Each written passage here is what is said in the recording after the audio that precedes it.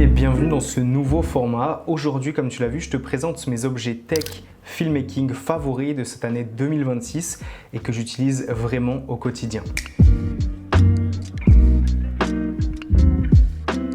Allez, pour bien commencer cette sélection, je vais te partager un objet ou une catégorie d'objets que j'essaie d'utiliser de plus en plus dans mes productions professionnelles comme pour YouTube, dans le perso, et c'est évidemment la lumière. Voici le Nanlite Pavotube 2 6CP. Malgré son nom un peu long, c'est un produit qui est super compact. En ce qui me concerne, ça favorise son utilisation, cet aspect assez transportable. On est sur un produit qui est quand même assez puissant. On ne pourra pas forcément éclairer une scène principale avec. Par contre, pour faire une backlight, une fill light ou même pour décorer une scène avec des ambiances de couleurs comme celle-ci, c'est vraiment pratique. Ce que j'aime particulièrement au-delà de sa compacité, c'est son utilisation. Directement connecté à l'application sur mon téléphone, je peux changer les couleurs, la température et on a même quelques effets prédéfinis. Au-delà de ça, le produit respire la qualité. Moi, je l'ai ici avec un petit nid d'abeille qui me permet de mieux concentrer la lumière et de la diffuser un peu plus. J'aime vraiment bien le côté bouton physique juste à l'arrière, en plus du fait qu'il soit magnétique et donc utilisable dans plein de situations différentes. Pour terminer sur ce produit, on a une batterie de 3200 mAh et de la charge en USB type C en charge rapide, donc ça c'est vraiment idéal. Ce deuxième objet va plutôt parler aux gamers ou aux monteurs vidéo et je vous présente tout de suite le Lofree Flow 2.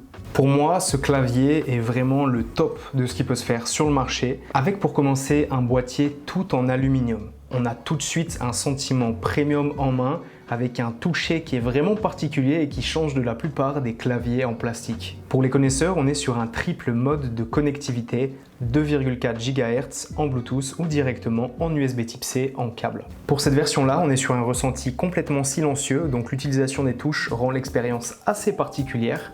Et pour tous les amateurs de claviers custom, de claviers magnétiques ou de claviers mécaniques, ce Lofree Flow 2 est une véritable expérience.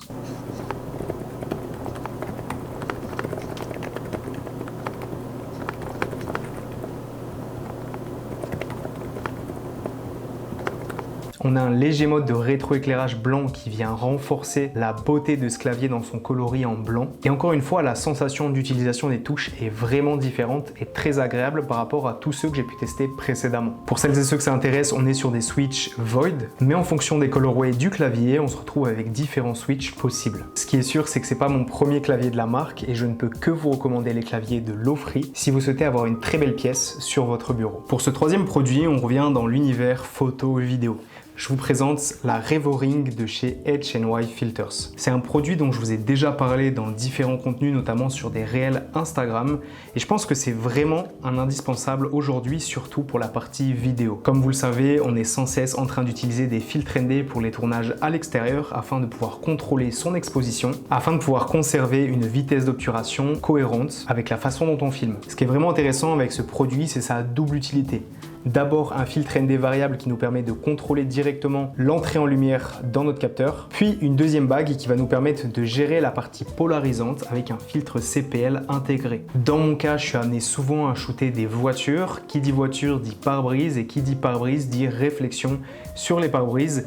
Donc le filtre CPL nous permet de pouvoir mieux contrôler et mieux appréhender les reflets sur notre image. Le produit est plutôt solide et l'avantage c'est qu'on peut l'adapter sur différentes tailles d'objectifs et en ce qui concerne celui-ci, on peut s'adapter d'un objectif de 58 jusqu'à 77 mm de diamètre. Ça fait plusieurs années que j'utilise et honnêtement j'en suis assez satisfait. Si je pouvais vous donner un défaut sur celui-ci, c'est tout simplement l'apparition de vignettage quand on est dans une utilisation du filtre ND assez avancé. Ça m'est arrivé récemment sur quelques images pro et franchement ça fait toujours un peu suer quand on arrive dans le logiciel de montage et qu'on se rend compte que le filtre ND a créé un petit peu de vignettage comme ça sur les bords de l'image. Au-delà de ça, c'est un produit dont je me sers réellement au quotidien dans mes productions et je ne peux que vous le recommander. Pour ce nouvel objet, on est typiquement sur tout ce que j'aime, quelque chose qui est utile et compact. Voici le Turbo C USSD en version 2 Tera de chez Integral. Je vous en ai parlé récemment dans une de mes vidéos YouTube et je dois dire que ce produit est vraiment très utile. Déjà, sa compacité. On est sur quelque chose qui est minuscule et qui peut se dégainer en 10 secondes littéralement depuis une poche. Dans mon cas, ce produit est vraiment très utile dans plusieurs scénarios.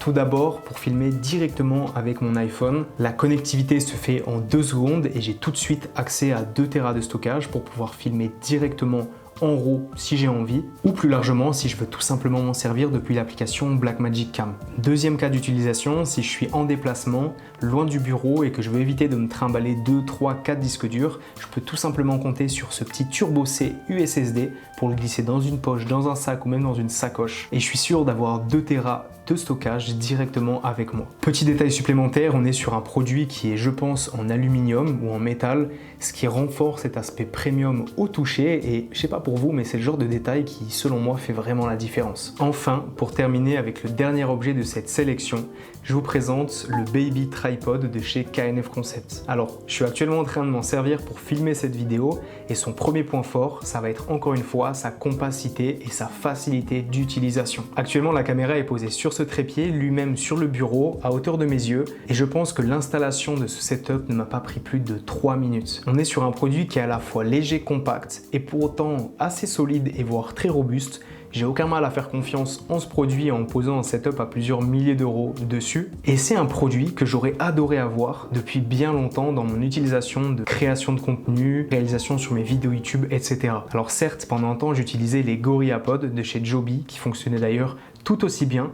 Mais là, on est sur un produit qui est, encore une fois, assez robuste, solide, qui inspire confiance. C'est un produit qui n'est pas forcément très cher, mais qui est indispensable à avoir dans son sac à dos. Je crois qu'en termes de hauteur, on est quand même sur quelque chose qui peut monter à plus de 50 cm.